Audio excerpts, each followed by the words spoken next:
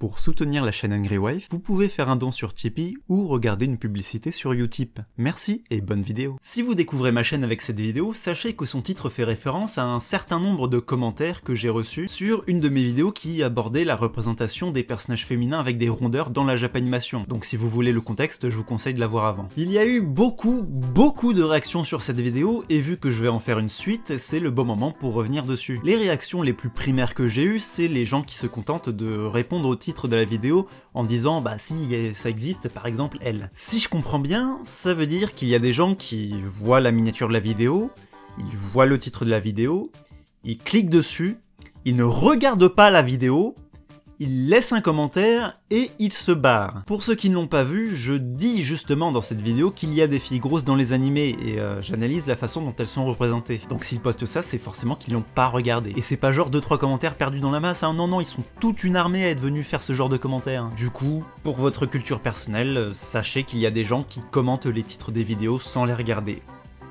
Au niveau au-dessus, il y a ceux qui ont regardé la vidéo et qui disent « Ah mais t'as oublié de parler de tel personnage ». Pour le coup, ceux-là sont pas méchants donc je vais pas leur reprocher, mais je vais juste apporter quelques précisions. Faut savoir que dans 99,9% des cas, les personnages qu'on me proposait c'était, par ordre de fréquence, Big Mom dans One Piece, Cho-Cho dans Boruto, et Rizlelo dans Fairy Tail. Alors déjà, forcément, je vais pas parler d'animés que je ne regarde pas. Ensuite, vous me demandez de parler d'une méchante au corps complètement disproportionné, d'une fille dont les rondeurs viennent de ses rapports avec la nourriture, et d'un personnage qui peut changer de poids très rapidement.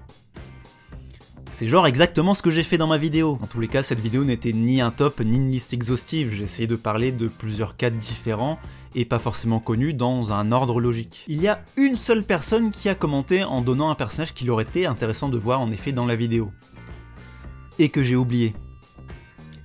Et que j'arrive pas à retrouver dans les commentaires. Ça devait être genre un animé des années 80-90 et peut-être qu'il y a une diffusion en France genre sur la 5. Si cette personne se reconnaît ou si vous avez une idée de quel animé c'était, eh ben dites-le moi en commentaire. Il y a aussi des gens qui m'ont donné des noms de personnages qui viennent de manga. Or, ma vidéo parlait exclusivement des personnages d'animé, car oui, il y a une différence de traitement entre ces deux médias. Et pour le coup, je les remercie parce que ça me servira dans la suite qui parlera justement des mangas. Après, il y a le classique mais néanmoins efficace, les grosses, c'est moche. Alors là, c'est même pas une opinion, c'est juste de l'insulte gratuite. Je rappelle au cas où que ma vidéo ne parle pas que des personnages obèses, mais de tous les types de poids. Et puis c'est pas comme si 3 des personnages que je présente sur 5 n'étaient pas obèses. Et j'irai même plus loin en disant que ça inclut aussi les personnages qui se sentent gros mais ne le sont pas. Par contre, il y a plein d'arguments que je vais donner dans le point d'après, donc pour pas me répéter, j'y passe tout de suite. La phrase qui a suscité le plus de réactions, c'est évidemment le fameux « Nous les mecs, on s'en fout de votre poids ». Alors, par où commencer? Déjà, il y a beaucoup de gens qui ont cru que j'ai dit « le physique ça ne compte pas ». Je sais pas, apparemment ils ont mal entendu. Il y a même des gens qui ont mis « le physique ne compte pas » entre guillemets comme s'ils me citaient,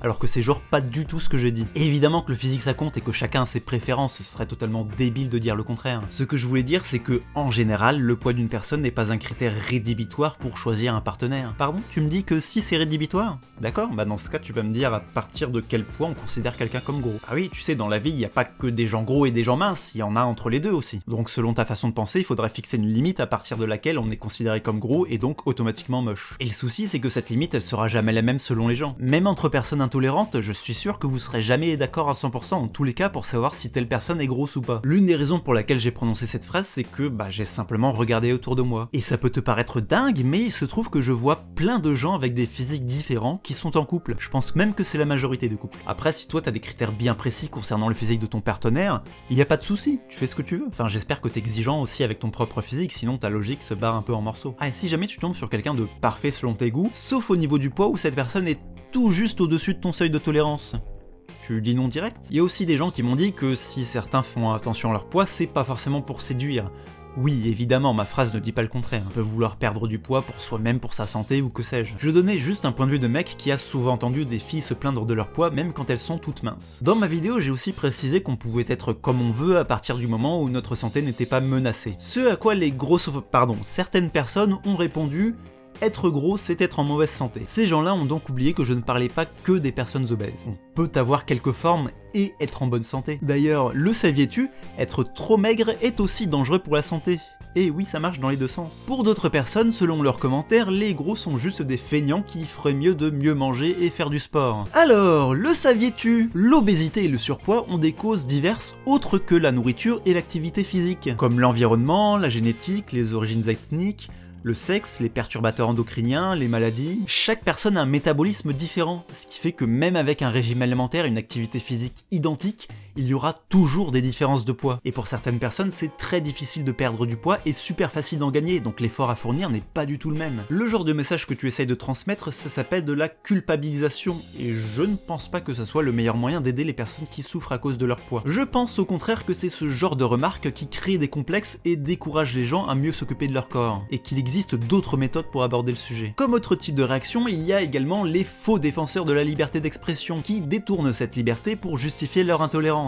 Ah, ceux-là on les aime bien. Hein. Selon eux, le simple fait d'aborder ce genre de sujet revient à demander des quotas de minorité dans la fiction, ce qui contrevient à la liberté d'expression des auteurs.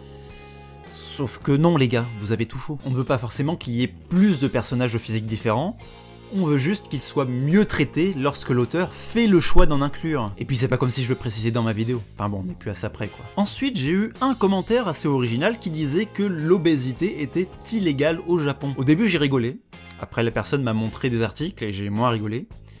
Et après j'ai lu les articles et j'ai de nouveau rigolé. Contrairement à ce que les titres putaclic de ces articles cherchent à vous faire croire, non, l'obésité n'est pas illégale au Japon. Ces articles parlent de la loi Metabo de 2008 qui a instauré au Japon un contrôle des tours de taille des employés lors des visites médicales en entreprise. Et si trop d'employés dépassent un certain seuil, l'entreprise risque de payer des amendes. Donc rien à voir avec une histoire d'illégalité. C'est une mesure de santé qui a été prise car le surpoids est un des facteurs de risque du diabète et des maladies cardiovasculaires. Mais c'est pas le seul et c'est pas juste en mesurant le tour de taille qu'on prévient ce genre de problème. Le souci c'est que bien loin d'améliorer la santé des Japonais, cette loi crée surtout des discriminations. Bah oui, vous croyez que les entreprises elles vont faire quoi? Si les propositions de régime et d'activités sportives ne suffisent pas, elles vont se mettre à faire pression sur les employés en surpoids, les refuser à l'embauche, voire les virer pour éviter d'avoir à payer des amendes. C'est dingue à quel point une mesure de santé mal foutue peut se transformer en loi grossophobe. Au final, vous avez le droit de ne pas être attiré par les personnes qui ont quelques kilos en trop.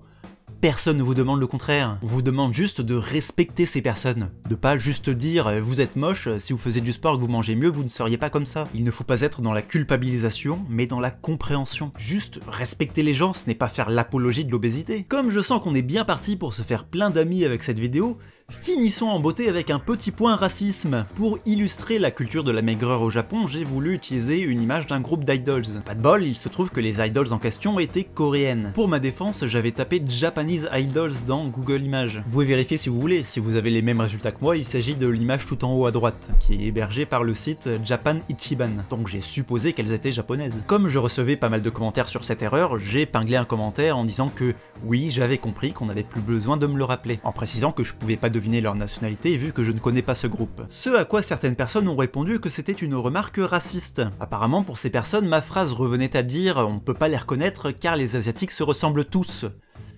Ce que je n'ai évidemment pas dit. Déjà, vous savez qu'il y a une différence entre nationalité et population? Bah oui, même s'il y a certains traits physiques qu'on retrouve chez une population, ça n'a rien à voir avec la nationalité. Même chez les Japonais qui ont une des populations les moins diversifiées au monde, il n'y a pas 100% de personnes d'origine japonaise. Dans tous les cas, si on ne peut pas être certain de la nationalité d'une personne, c'est pas parce que tous les Asiatiques se ressemblent. C'est parce que chaque individu est différent. Même s'il y a des traits physiques qui reviennent, on peut pas se baser sur ça pour deviner la nationalité de quelqu'un. Évidemment, si je croise un mec blond avec la peau blanche comme un cul, je me doute bien qu'il vient pas du Japon ou d'Afrique centrale, mais je peux pas pour autant deviner de quel pays il vient. Pire que ça, il y a des gens dans les commentaires qui ont dit que si j'étais raciste, parce que eux, ils affirment pouvoir deviner si quelqu'un est japonais, coréen ou chinois.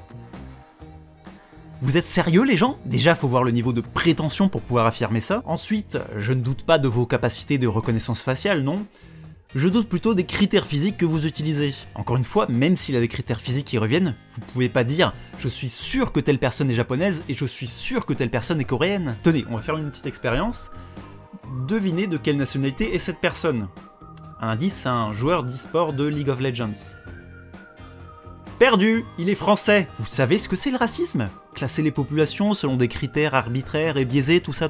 Et bah c'est ce que vous faites quand vous dites ça! Limiter une population, pire, une nationalité à des traits physiques communs, ça c'est du racisme! Ça me rappelle les fiches que l'armée américaine distribuait à ses soldats pendant la Seconde Guerre mondiale pour distinguer les Japonais des Chinois. Voilà, désolé j'ai pas beaucoup parlé d'animé, mais fallait bien que je revienne sur cette vidéo pour évacuer tout ça. La semaine prochaine, on va entrer dans le vif du sujet avec une vidéo qui sera, je vous le promets, extra fait.